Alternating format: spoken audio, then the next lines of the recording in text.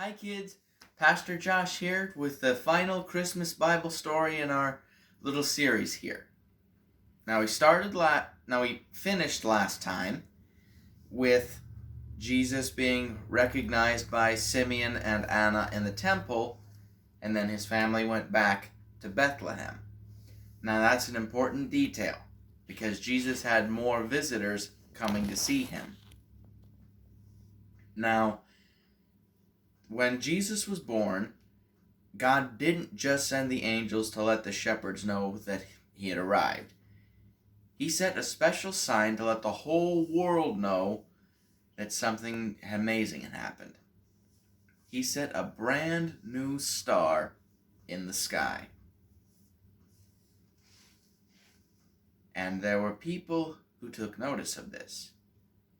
Way to the east of Judea, the land where Jesus was born, were a group of men known as Magi, or Wisemen as we tend to remember them. Their job was to study the stars. They wanted to know every last detail about the stars, and they also thought that the stars had some sort of influence on what happens here on Earth. So they studied it meticulously because they thought that anything that happened in the night sky had some sort of meaning. So when a brand new star shows up out of nowhere, they take notice.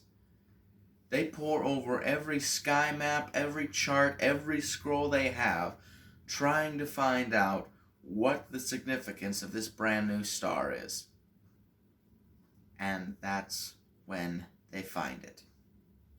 Probably a record of a prophet named Daniel from a long time before, talking about how when the Messiah will be born, the Savior of the world, a star will be placed in the sky to mark the occasion. So realizing how big an event this is, the Magi say to themselves, we can't just stay put and let this pass us by. We need to go see this new king for ourselves.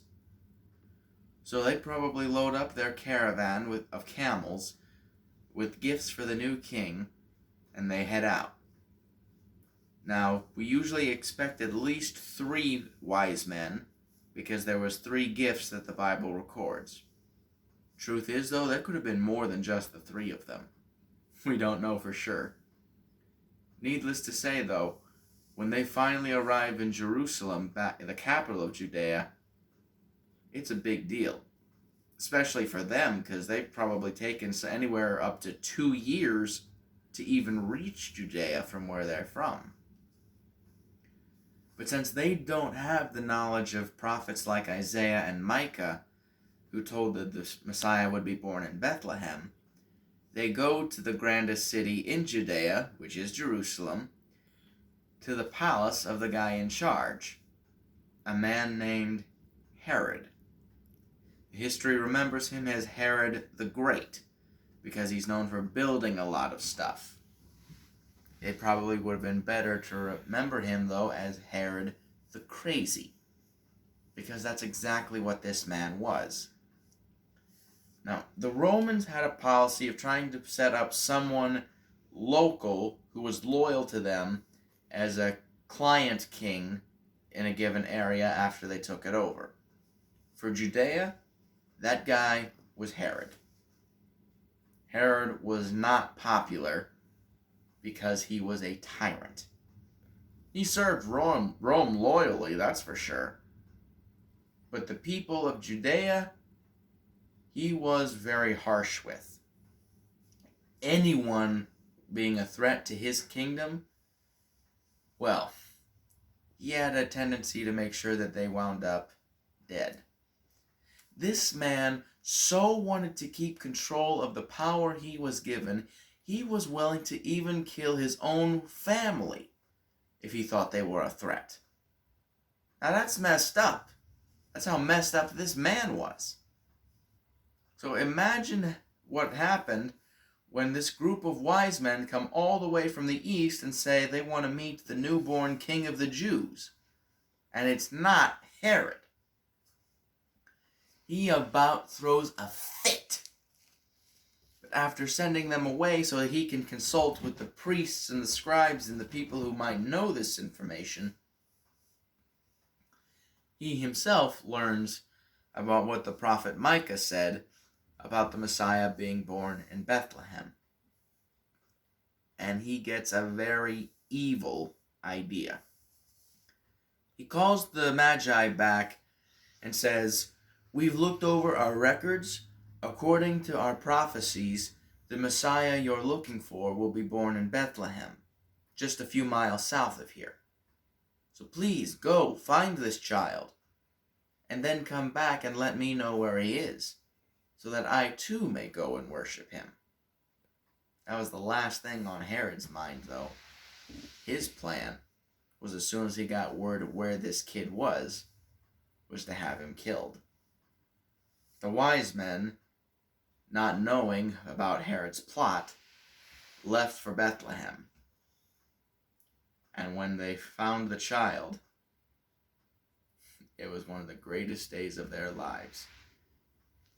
The star that they had been following for so long actually moved until it was right over the house where Jesus was. So they knew exactly where to find the baby. And imagine how Joseph must have felt when he opened the door that night and found this group of men dressed like kings come to see his baby stepson. And the gifts that they brought. Gold fit for a king. Was pretty appropriate considering that Jesus was a king. They also brought something called frankincense. Kind of a sweet-smelling perfume of sorts. It was often burned in temple worship as an aroma pleasing to God. They brought this because Jesus was God. And then they brought myrrh, another sweet-smelling spice like frankincense. But they especially used myrrh when they buried their dead back then. This was to recognize that Jesus was our perfect sacrifice, the one to make us right with God again. So they presented their gifts, worshipped the child, and then they found a place to stay for the night. And as they slept that night, God sent an angel to warn them about Herod. So when they woke up, instead of going back to Jerusalem, they went home a whole nother way. Time goes on, and Herod eventually realizes the wise men aren't coming back. And he's furious. He's got to get rid of this threat to his power, he thinks. So he's decided to really ramp things up. He's going to send his soldiers to the tiny town of Bethlehem, and he's given them orders to kill every baby boy 2 years old and younger. But even as the soldiers are on their way, God sends word to Joseph that Herod's coming, and tells them to hide out in Egypt until Herod's dead. And that's exactly what they do. Joseph, Mary, and little Jesus, they head off to Egypt. And eventually they hear word that Herod has passed away. So they return from Egypt, but they hear that Herod's son has taken over in his place, so that Judea is still not the safest place for them. So instead they go just to the north, to Galilee, still part of Israel, to the town of Nazareth. And that's where Jesus grows up. Now there's a bit of a sad part to our story today, but we still learn two very important lessons. One from the wise men, and one, believe it or not, from Herod. From the wise men we learn we need to be willing to drop everything to follow Jesus. The wise men probably gave up at least 2 years of their lives, if not more, just to go and see this young child that would change the world. How often can we say that we're willing to do something like that for Jesus? So that's the attitude we need to have. We need to be willing to drop everything to follow Jesus. What we learn from Herod is that nothing can stop God's plans. Herod tried as hard as he could to stop this Messiah from coming. It didn't work. And Herod, while I'm not going to go into those details, did not have the best of deaths. Usually, when we try to stop God from doing something, it ends up blowing up in our face. You can't stop a train by standing in the track. You can't stop God from doing what he has planned to do.